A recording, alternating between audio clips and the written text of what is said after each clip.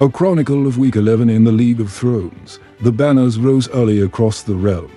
For 6 great clashes awaited, each carrying the weight of shifting power and wisp. Deacon's family BBQ versus ham sandwiches. The week opened with fire and iron.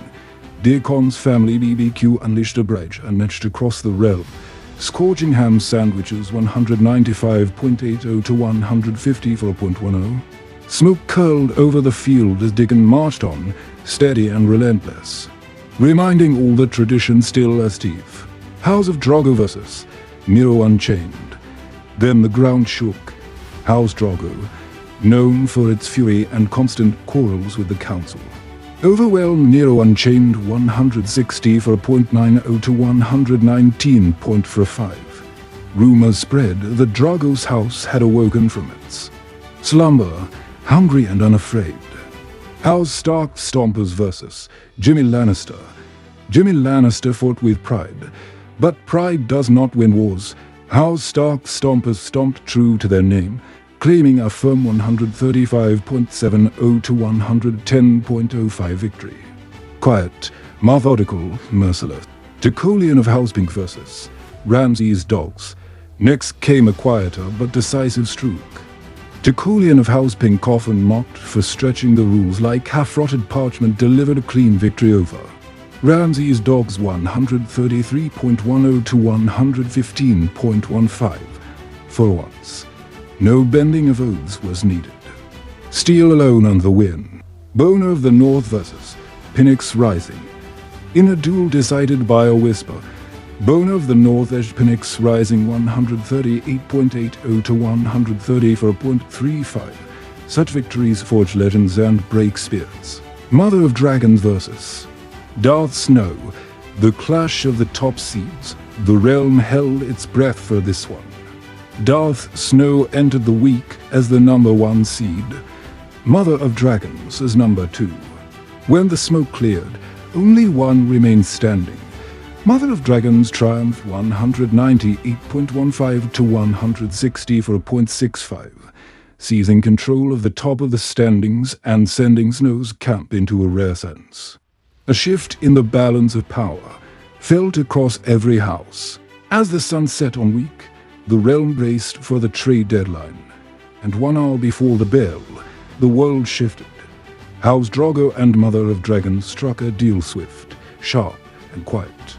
That silence did not last. Nero Unchained and Boner of the North rose in protest, leveling accusations of collusion.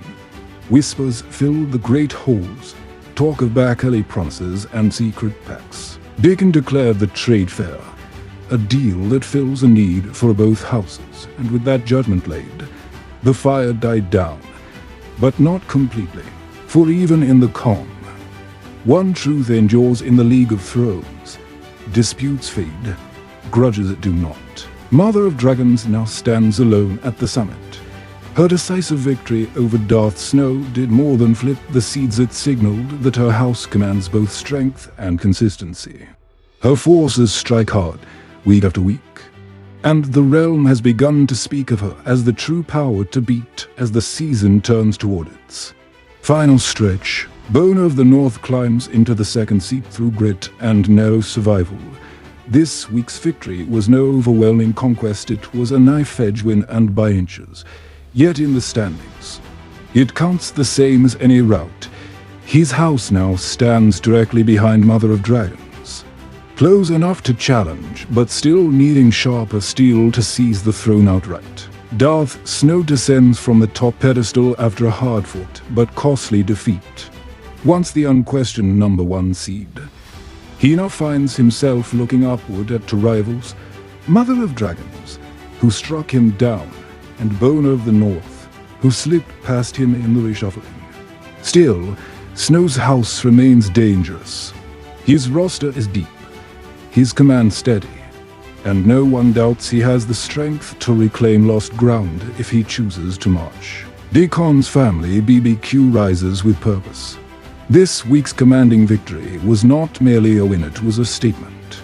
His forces put up one of the strongest totals of the entire campaign, burning away doubt and tightening his grip on a top 6 berth. From fourth place he now stares directly at the three houses above him, close enough to smell their fear should his momentum continue. Tradition and discipline have carried him this far. Both will be needed in the weeks ahead. Nero Unchained stumbles but does not fall. This week's defeat at the hands of House Drago was a hard blow, one that exposed cracks in his armor and emboldened his critics. Yet despite the loss, Nero remains firmly within the top 6. His earlier victories still hold weight, and his standing shows he is no fringe contender but a proven force. If Nero hopes to climb, he must regain focus, and fast. Ramsey's dogs hold the final perch among the elite, but the footing is precarious. This week's loss to Tocolian tightened the walls round his position and reminded the realm that hunger alone does not win battles. Still, his house remains in the top 6, bloodied but unbroken. One strong week could vault him upward. One misstep could send him tumbling into the chaos below. For now, he clings to the edge with defiance, aware that the pack behind him is already howling. Behind him loomed the shadows of Drago and Home Sandwiches, both stronger in points, both rightful heirs to the 6th seed. His record means nothing here. In the League of Thrones, the numbers rule.